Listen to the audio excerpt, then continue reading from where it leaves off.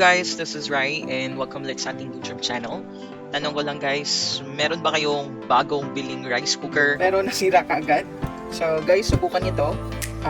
But first guys, reminder, kung bagong bili lang yung rice cooker, let's say for example, mga ilang araw lang hindi na gumana, meron pa yung warranty, so make sure na i-replace mo niya yung item bago nyo galawin lahat, okay? But since replacing an item is a one-time option lang, so let's say for example, pagkatapos nyo na replace yung sira ulit, so ito yung pwede nyo gawin, right? So pakita ko muna sa inyo guys na hindi talaga gumagana, so saksak natin. So connected yung plug, but unfortunately, ayaw nyo mag-ilaw, so dapat i-ilaw yan. So ito yung dapat nyo gawin. So make sure guys na na-unplug yan, huwag nyo gagalawin or huwag nyo open kung nakasaksak, baka makuryente kayo. And again guys, disclaimer, do this at your own risk. I will not be liable if ever mas lalong masira yung rice cooker nyo. But don't worry, madali lang to guys. So first, you need a screwdriver and also a new set of fuses para sa rice cooker. So, unscrew lang natin ito sa likod guys. Meron dalawang screw lang yan.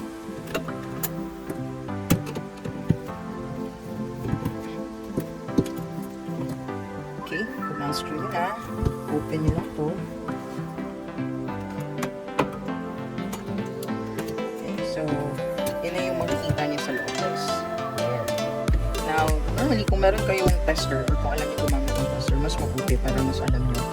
But guys, most of the time, ito talaga yung pinakamadaling masira.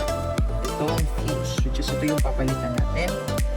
And meron na tayong replacement yan. Tanggalin muna natin para makakita ko sa inyo. Okay, so itong fuse na to, so tanggalin natin. So hanapin nyo lang kung saan siya nakakonect. So since dito siya nakakonect yung isa at yung isa doon, so yun yung tatanggalin natin. Okay. So okay.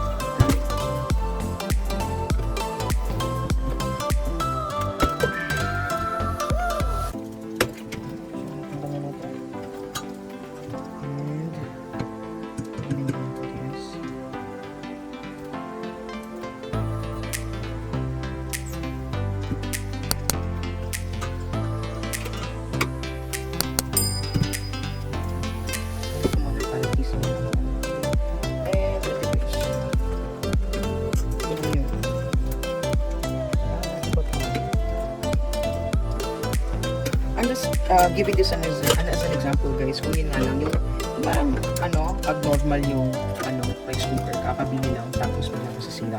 So ito kasi kaagad yung pumuputok, which is yung fuse niya. So remove na natin yung kailangan na siya i-replace or replace ang bago.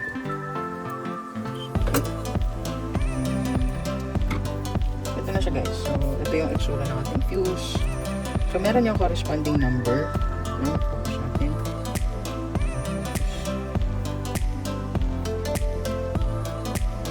Guys. So meron yung corresponding number. So dapat guys, kung bibili kayo ng replacement same sa kung ano yung originally na nasa rice cooker nyo. So ito yung volts niya is 150 and yung temperature niya is 185 and then 10 amperes siya.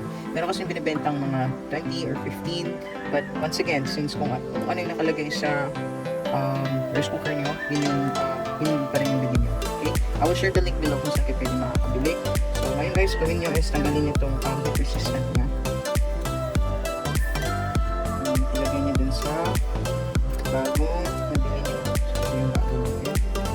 So, same 250, 10 amperes and 125. So,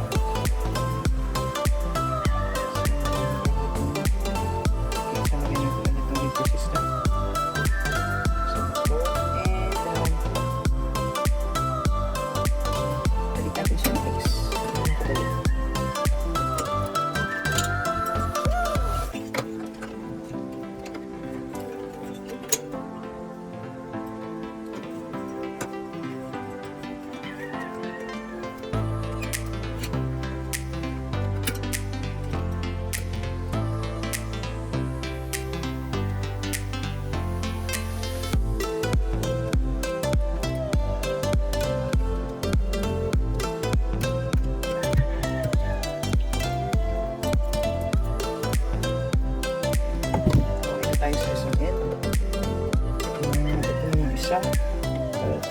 Balik mo.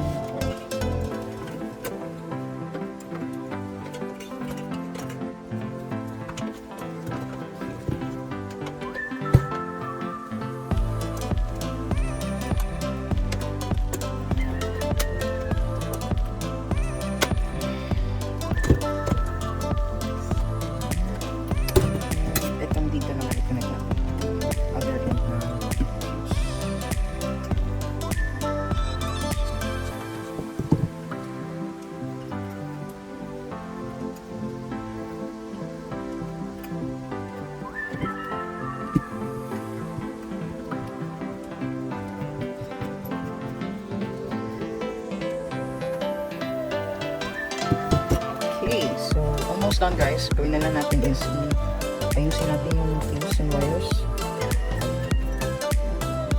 And lastly guys, make sure na yung wires or yung fuse I mean, and then yung mga wires, yes, hindi siya malapit dito sa steel. Yeah, kasi dito yung umiinit and tendencies makamusunog. So, make sure na lahat hindi siya dumikit. And yes, I think we're done guys. Okay na. Ang fuse na yung bago. So, ulit na in place.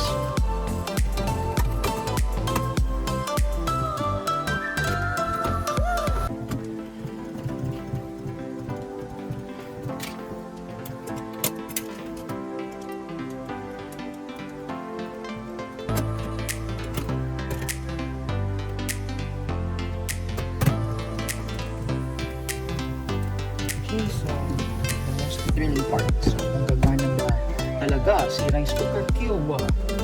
Natin. So, ilagay natin yung wires. And guys, pag pumilaw to guys, please don't forget to subscribe, okay? So, count of 1, 2, 3. Hello guys, pumilaw!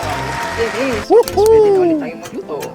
So, pwede nyo na itong ibigay sa mama nyo para meron na kayong hapunang tanghalingan at ano yung dinner? Hapunan. Okay, thank you guys. So please don't forget to like, share, and subscribe. And that's it. Thank you for watching.